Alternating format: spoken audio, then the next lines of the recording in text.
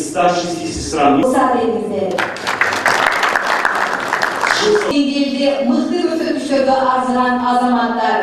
По тайскому боксу завоевал также наш кыргызстанец Данияр Кашгараев, а Алексей.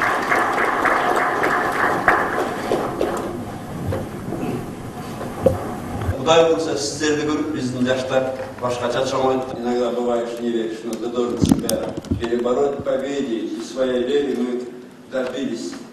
Айылда болу, айылда болу, ақырын ғана біздің өсіп баратқан балдардың үлгісі сіздер болды.